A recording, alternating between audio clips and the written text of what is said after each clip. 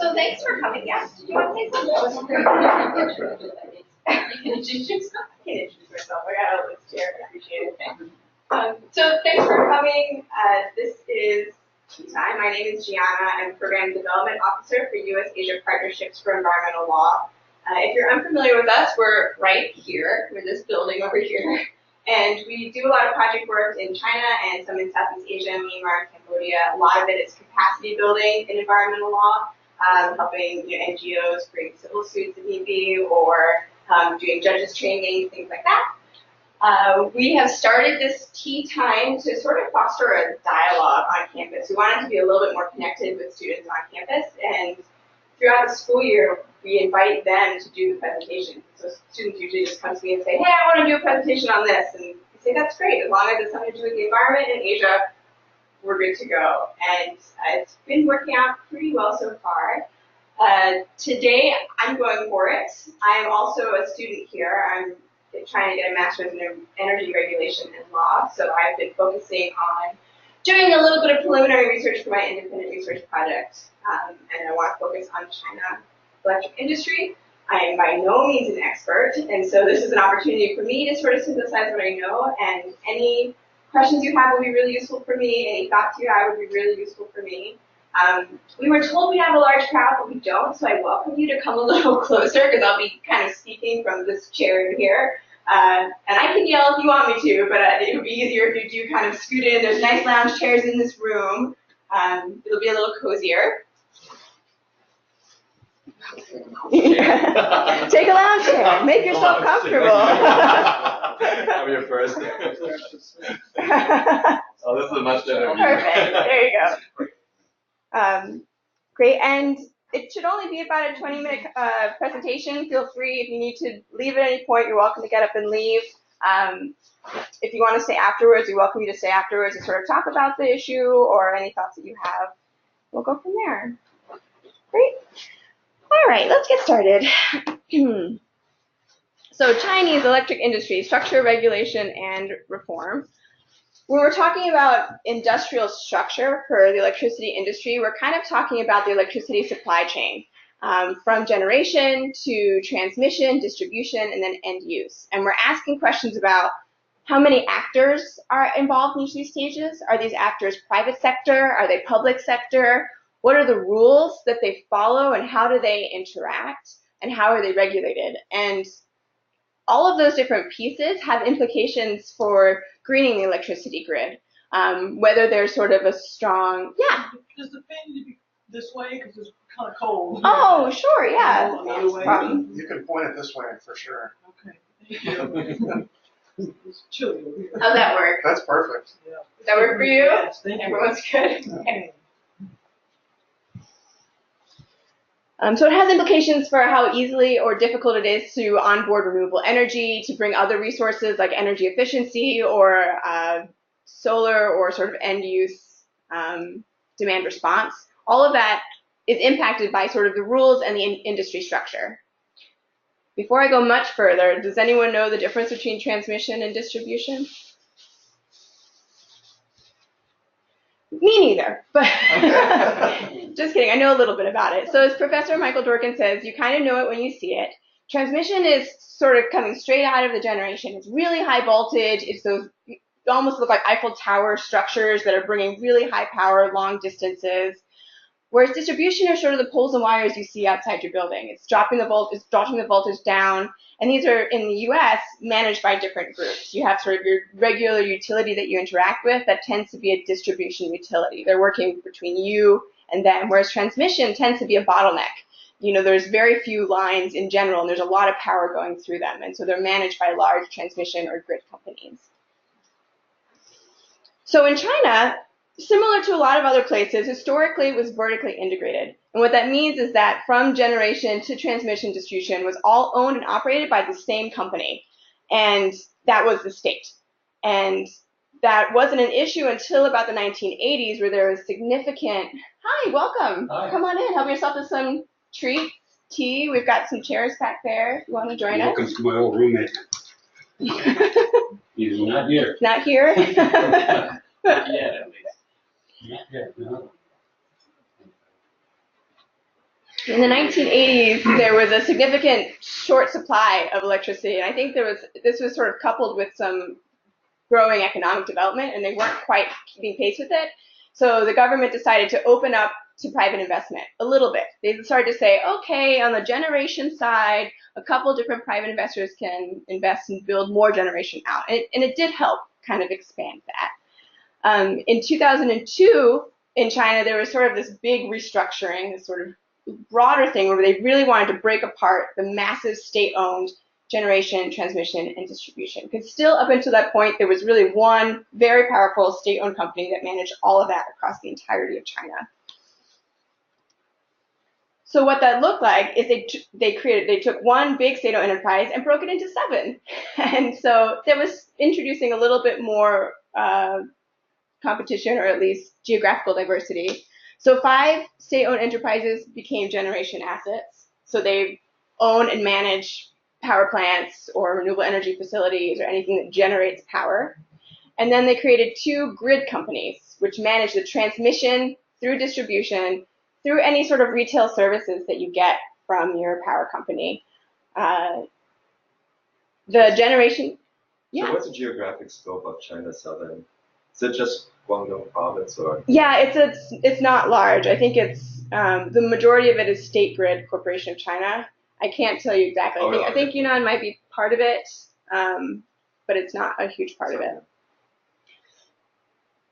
So transmission piece is still 100% state-owned, and it's 100% by these 2 companies. They own and operate all transmission distribution in China. Generation, these 5 companies manage about.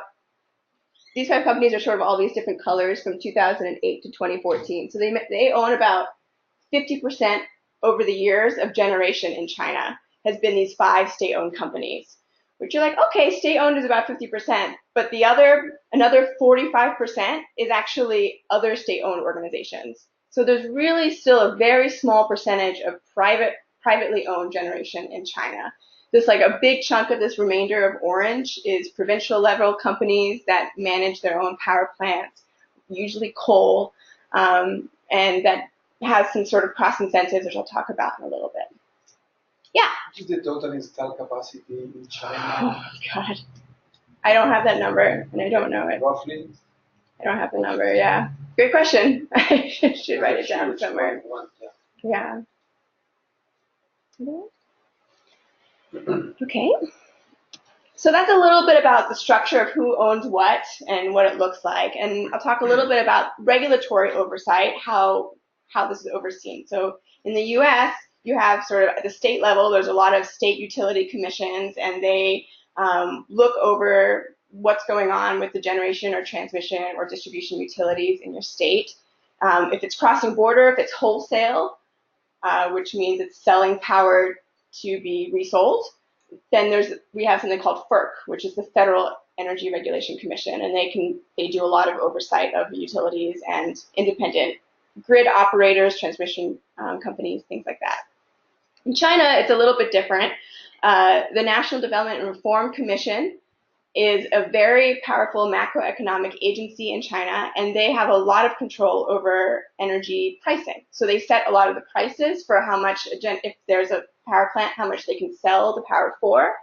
They decide what the retail prices will be on the other end. They do prior approval, so if a company is going, or if a state-owned enterprise is going to invest in a new generation plant, they need approval from the NDRC, so prior approval is part of it.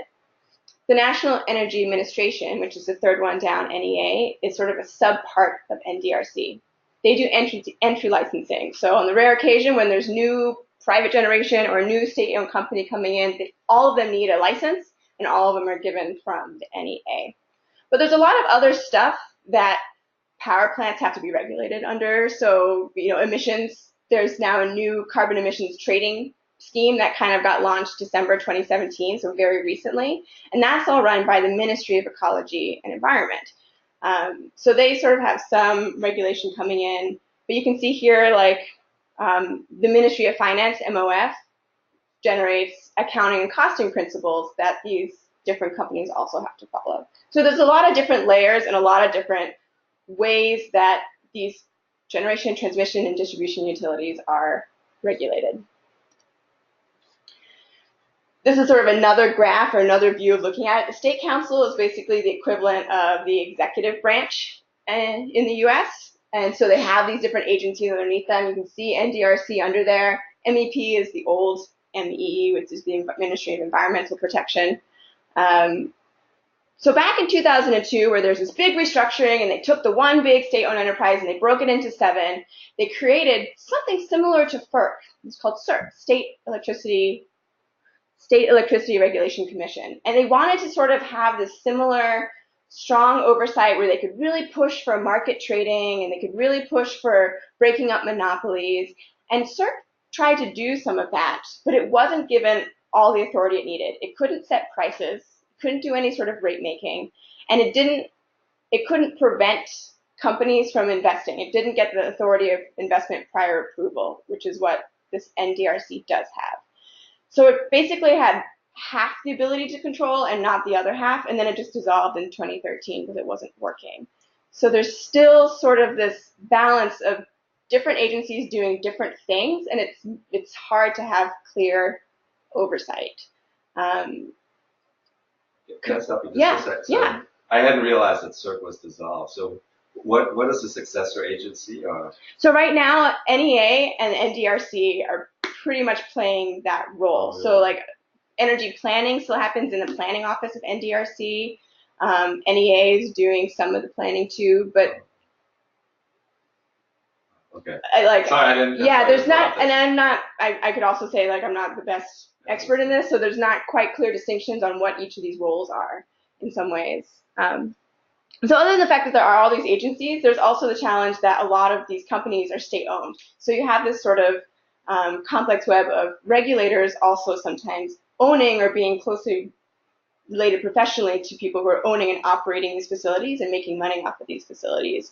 There's not really a clear distinction of, there's no independent system operators. So people who manage the grid are state companies too. So there's sort of an issue of the decisions of how electricity is sold are sometimes made by the companies that are also making profit from it. That makes sense. There's also not a lot of transparency and public participation in the pricing. So I told you National Development and Reform Commission sets these pricing things, but there's not really, in the US, there's like rate cases where you can go to a public utility commission as a public person and ask to participate in it and say why you think or why you don't think a utility gets to raise its rates. As far as I can tell, there's not really that process going on in China. The NDRC sort of sets pricing, and I'll talk a little bit more about that. There's not transparency in how they decide on those prices and who gets to be involved in those decisions. And that means that monopolies or companies that have a lot of control continue to have a lot of control. It makes it harder for new generation, renewable generation to really get involved. So that's why the regulatory structure is important and plays a role in greening the grid. Okay, so some big components that I was chatting a little bit about, I wanted to dig down a little deeper. Pricing in China. So they set, like I said, they're set by NDRC, both the wholesale and the retail rate. The wholesale is basically what the generators get, how much they get paid to give it to the transmission companies. Retail is what the end users pay. How those rates are set, NDRC kind of says it depends on the generation. So if you're a coal-fired power plant versus a wind power plant, versus different sizes, like how much capacity you have, they'll use different mechanisms for picking what the price will be. Sometimes it's a benchmark, sometimes it's like a cost plus reasonable return mechanism. It varies, yeah. In terms of numbers, can you tell us more about pricing? How much wind farm power plant gets or coal roughly, and how much is roughly the retail price that citizens are paying? I do have a chart on, I don't have that with me. I do have a chart on what the rates are average nationwide, but I'm sorry, I don't know. I do know that they are a little bit higher in China versus the US, because the US has the benefit of a ton of natural gas, and that has really dropped our retail prices. And in the U.S. and China is still struggling with coal prices, and it's keeping them a little bit higher. But do they favor price for renewables rather than coal, for example? Oh, I see. So there's a little bit of that. There's a feed-in tariff. So any kind of generation for wind and solar gets sort of a guaranteed favorable higher rate on the wholesale side that will eventually step down. So there is some favoring of that. I mean, China definitely wants to push for renewable energy, and there's a lot of work in that direction. They're doing a great job of it. It's sort of figuring out the kinks that make it a little bit more of a challenge. But yeah, so it does depend on the type of generation, what price NDRC decides to set. They're also at the retail side, there's very sophisticated time of use rates, which are kind of, are you familiar with time of use rates? So on the retail side, if you want to encourage your customer to use more electricity at a certain time of day because it is a lower peak or whatnot, or certain time of year, like summer, there's more electricity usage than winter, they'll change the rates and make it more expensive when they don't want you to use electricity. So that has some implications environmentally, and so China has really advanced in that and has moved that forward and has done a really good job on that end. Another interesting thing on the retail side, whereas in the U.S. it's very much cost focused, so because industry sector buys a lot more energy, they usually have a much cheaper price, and then retail residential customers pay a bit more per kilowatt hour in the U.S. In China, it's subsidized. It's heavily subsidized the other way because electricity is seen as a public good, as a right, as something that they need access to. So retail or residential customers will actually be paying less than industry in China. So I'll stop there on the pricing. Another key piece that has an impact on renewable energy is how the grid is operated, which is sort of this transmission piece of it, and how they decide when to dispatch or release energy from certain generation facilities. So there are these, I'm not quite clear how this is working out. So there's 6 grid operation regions, but there's still only 2 grid operators. There's 2 large state-owned grid operators. So I think one controls a lot of them and one controls 1 or 2. And they basically sign contracts with the generators monthly, and they say, okay, we're going to collect this much power from you, and we agree to do this much power. And China historically has had this like equal shares dispatch concept, which means if you have like 5 coal power plants in your portfolio of people that you have contracts with, you're going to give each of them an equal share of hours of the day. Regardless if this power plant is way more efficient, is way less expensive, regardless if this power plant is renewable energy and maybe has less of an impact on the environment, each facility that you contract with gets an equal share proportion of the hours of the day. And that's how things are dispatched. Whereas in the U.S., it's very much low cost. We're going to dispatch first the cheapest, which is usually nuclear or wind, and then we eventually get to the very expensive coal power plants later on. So this has been a huge sticking point in newer reforms in China, is how do we reform this sort of dispatch practice? Because right now coal is getting sort of a guaranteed dispatch and getting money back for it, but it's not really cost competitive with some of the renewables, and it sort of is able to stay in the market longer because of some of these practices. On the electricity grid in China, on average, how much is coal generation? I'll get to that. Right now, it's almost 60%, versus in the U.S., we're at about 30%. Another small piece of the pie here that's a bit of a challenge is that these grid, even though they're 2 large state-owned transmission companies and they decide dispatch, the dispatch operations are really happening at the provincial level. So there's sort of local level offices of these big companies, and they're deciding what gets dispatched. The problem is a lot of these local level offices with state-owned companies are also getting taxes from other state-owned businesses, including provincial coal power plants. And so there's a favoritism to dispatch local coal power plants versus moving wind generation that's coming from a little bit further away through your transmission line. So it's sort of like a local control. Does that make sense?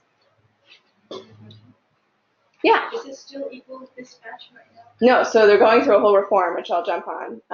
But that's sort of the challenge so far has been this, and that's why it's been difficult for China. So this has had significant curtailment issues for wind. So this is a map of curtailment risk.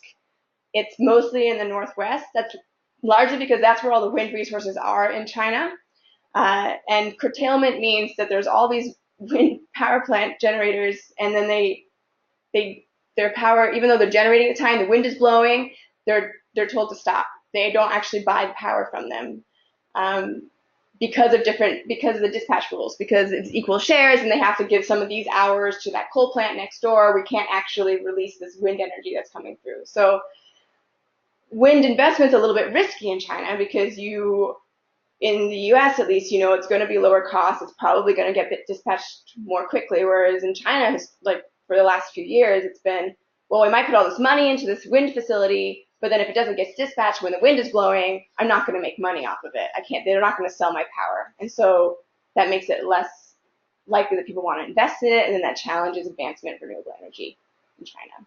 This makes me think those would be ideal Bitcoin farming.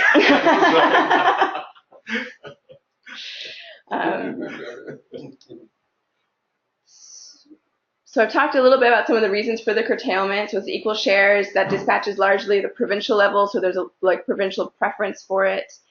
And also there's transmission constraints. There's a ton of wind over here, but it's a very expensive thing to build out these very high voltage transmission lines. And China has invested a lot in these ultra high voltage lines, and they're starting to build those out. But largely, a lot of power gets to the southeast through coal trains, because you can ship over trains coal. And that's, you don't need to build big power lines. They already have railroad lines. So that's another sort of barrier to getting renewable energy on the grid and getting it further.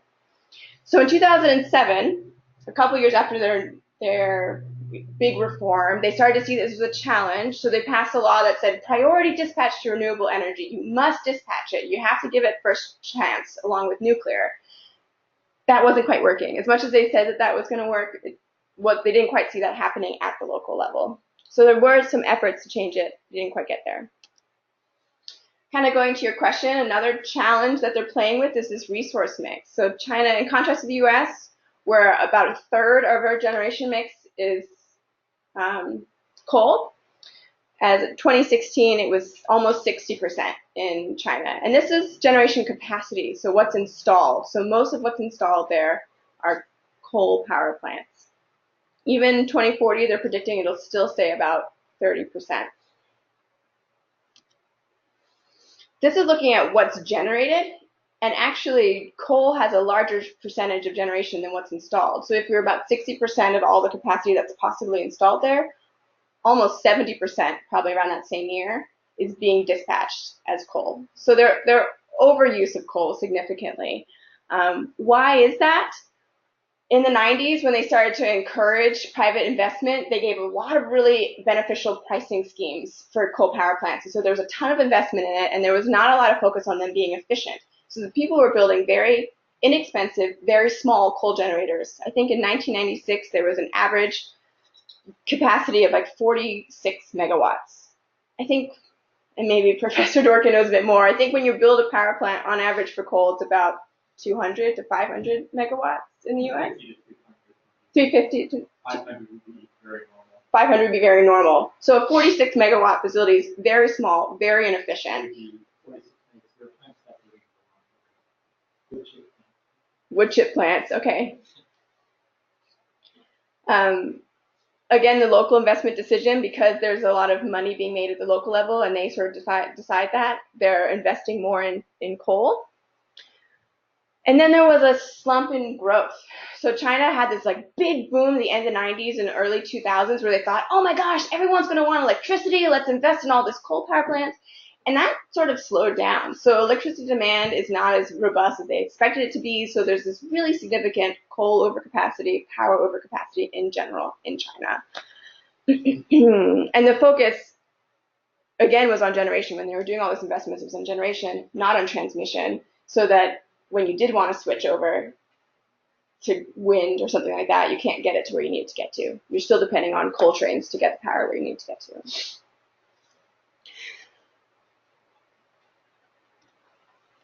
Why is that a problem? So you have all these Hi, welcome. You're welcome to have some treats and tea and grab a seat if you like.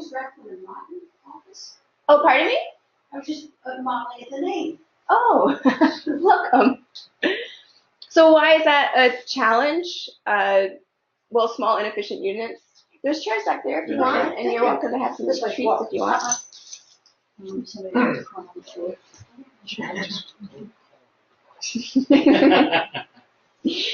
So then there's more air pollution. So, you've probably seen a lot of the news articles or pictures of a skyline in China where clearly it's very blurry and smoggy. It's not meeting, there's a lot of cities that aren't meeting World Health Organization limits for what's healthy to be outside. There's significant problem with NOx and SOx and particulate matter coming from the power sector. The other piece that makes it a problem is when you have this overcapacity, these coal power plants are fighting, more of them are being built and then fighting for lesser and lesser pie because there's lower demand, so that it's becoming sort of this vicious cycle or tragedy of the commons. And when you have this struggling coal industry and you have a lot of this sort of stranded assets or investments in it, and the people who are making the decisions also kind of either benefit from the taxes from these or are invested in these, there's more resistance to renewable energy because they're really fighting to keep these struggling industries alive. And also China's facing a rapidly declining coal reserve. I think in China they have about 35 years expectancy of what's left compared to the North America where it's like 250 years of coal left.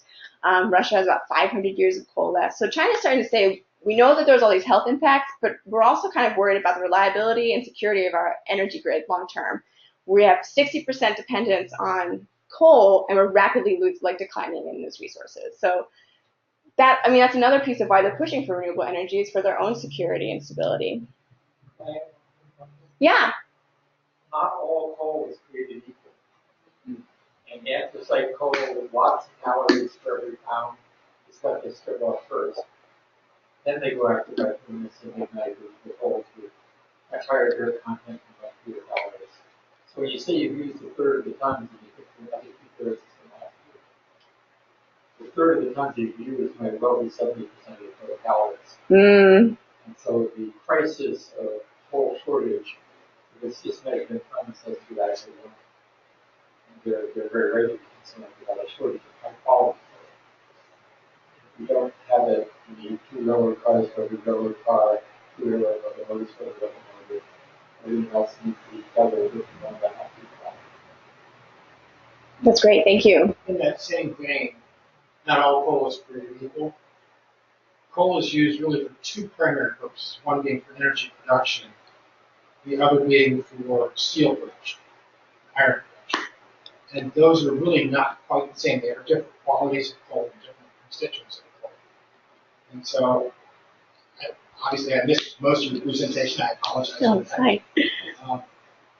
But the issue of the coal specific to the steel and so forth industries is a little bit more challenging because you don't have the same opportunities that you do to replace it for energy production.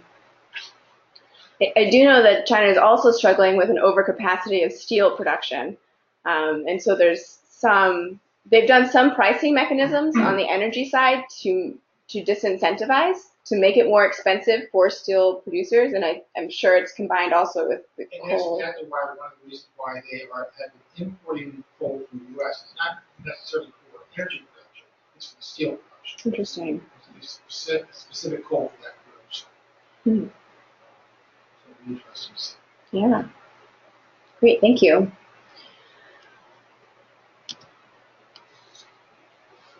So I've talked a little bit about some of the key issues in the industry structure, regulation, how these might play a role in greening the grid. I'm sort of just synthesizing it now. The fact they are struggling with an industry structure that's very monopolistic, state-owned, and potentially vested in coal, depending on where you're looking, and that's a significant sort of barrier to try and go over. Pricing doesn't necessarily reflect cost, particularly externalities. So they started to put in, in December, I said in December 2017, they introduced the emission trading scheme, which is this idea where, carbon intensive generation would have to have to pay more, right? Because the cost of generation, they have to include the cost of getting certificates or buying renewable certificates. But if their cost of generation isn't captured in dispatch rules, if regardless of how expensive it is for coal to be produced, even when they have to buy emissions trading tickets, even if they still get to sell their power later, then that scheme doesn't quite promote renewable energy in the end. So there's still a challenge of trying to integrate these two systems and how you can make them work most effectively. And so there's some reform I'll talk about in just a minute where they're looking a lot into this pricing and making it a lot more market focused and cost focused versus the equal shares dispatch rule. And right now in the pricing scheme, there's not really compensation for demand response or storage or any of these other sort of great potential opportunities for greening the grid that in the US, they're really trying to push towards that. I think there's the FERC rule or call for ways to make storage become part of these auxiliary markets so that they can be traded as capacity, I think. I'm looking at Professor Dworkin to nod or shake his head. I'm nodding, but I'm not over my mouth because it would be a 10-minute answer. Okay. So something along those lines, and I apologize if that was very wrong. But so there's some interest in China to explore that too. How can we get things like storage that's really critical for renewable energy when it's so intermittent? You can't rely on wind all the time. It doesn't blow all the time. You can't rely on the sun all the time because there's nighttime. And so there's been a lot of push for batteries and storage in the US, and how do you financially support that through your pricing structure that China's starting to think about and isn't quite there yet either. The challenge of coal overcapacity. There's poor infrastructure planning. As said before, the NDRC sort of oversees all of this, but there's not a lot of transparency in how they do long-term planning for where they're going to build out energy capacity, where they're going to build out new generation. Because their pricing doesn't have this, what's called locational marginal pricing, where in the US, things are more expensive if there's more congestion on the system. And so then power generators who want to invest would say, oh, there's clearly a lot of demand here because things are more expensive, and if I put my facility here, this will work out. There's none of that kind of pricing going on in China, so that sort of planning long term is not really well informed by some of that information that you would need. And then the integrating the emissions trading standards into pricing and market mechanisms is a consideration. So to close off, just so you're aware of it and still digging into it, in 2015 there was a new wave of reforms, and they're still ongoing. Reform in China for this looks a lot like a bunch of pilot projects in different provinces, at different cities, where they're sort of taking on some of the challenges that are presented by the NDRC. NDRC produced this thing called Document Number 9, which says we want to reform the electricity industry. And they came up with like 7 principles about what they wanted to do about that. A lot of it was focused on these pricing reforms, on reforming the dispatch rules, on reforming, making it easy, creating more of a market for trading, so more independent renewable energy generation can get in and kind of compete with these large state-owned generation facilities.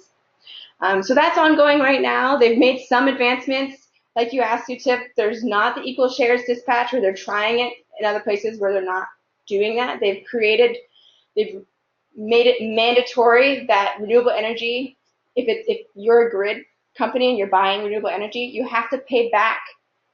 You have to pay the company if you curtail them.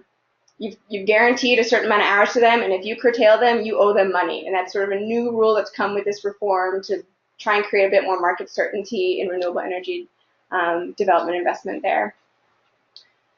So we'll see how it goes. These are some things that they're working on, and if this interests you, I encourage you to keep track of it. It's sort of an exciting time in China as far as electricity reform. And that was my presentation.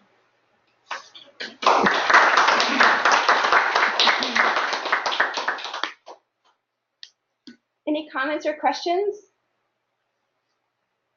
Yeah. Can I ask you to go back to the slide that you had showing the growth of where electricity is coming from? This one? And asked you that one. And I asked you, so one of the policy tools that China had set out some years ago in the white paper about climate change was industrial restructuring. And so part of that was supposed to be about the steel industry and phasing out small coal plant, power generation plants, and also really moving away from sort of energy intensive industry. And I'm just I don't know whether this is something you look at, but where does this fit in here? I guess. So how does that develop? I guess that's my question. Do you know if you don't? Yeah, I can give you what I do know about that is that I think you're chatting a bit about that big 1,000 or the big 1,000. I don't know. A couple years back, they sort of identified the 1,000 largest industrial users of energy and emitters, and I don't know if they set. I'm trying to recall whether they like significantly upped the price of energy for them, or if they clamped down on them as far as emissions, if they set more emissions permit regulations. I can't quite recall, but that sounds familiar. How it ties into this, I can't say, because I have seen that they've made a lot of advances. Like China's doing a great job of pushing and on the industrial side, and this new emissions trading scheme is again targeting like really the largest steel companies, power producers. They're really trying to maximize the investment and effort that they're putting there. But I think that there is this ongoing dependence on coal just because there's so many of those power plants that are there, and there's some financial commitment to them because they could be stranded assets if you don't keep them going. This may change rapidly, though. I think there's a lot of times, I mean, China's made some very rapid and sweeping advancements. This was put out in 2015. It's 2018 now, so that might look very different depending on the things that they've done since they started reform. Yeah. Major compliment. It would be really nice to see a video version of this available in the distribution book. Always give it to be sent to people. Yeah, sure. I've been recording it, so you'll be able to see the presentation and hear the commentary, and we'll put it on our website. Thank you. Access to that for a lot of people. Yeah, absolutely. Yeah. This is limited just to the electric generation resource mix. It would be interesting to see, and I don't know if you did want to do a slide because I can't really apologize again.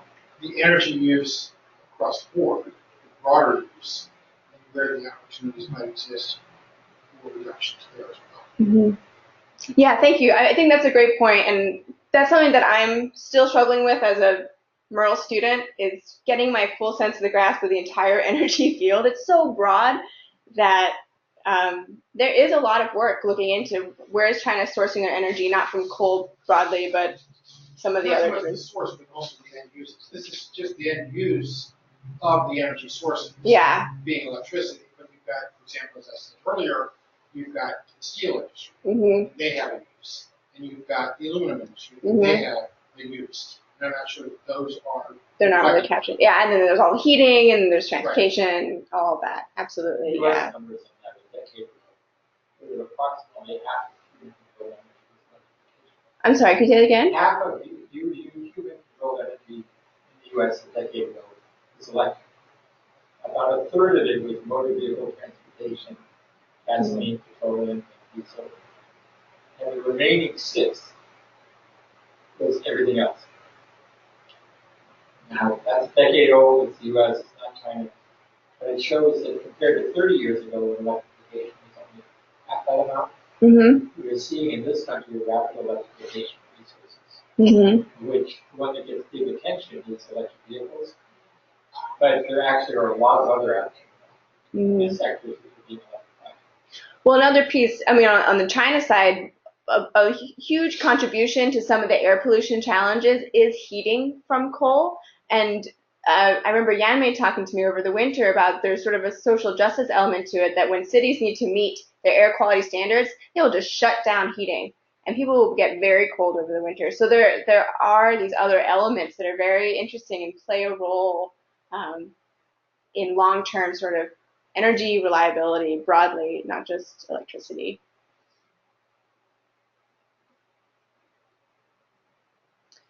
well, thanks for being here. Feel free to stick around and enjoy the tea and treats and enjoy this beautiful Friday afternoon.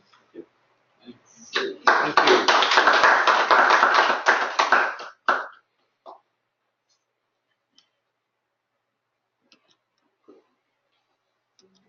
Sort of hand in hand with that concept.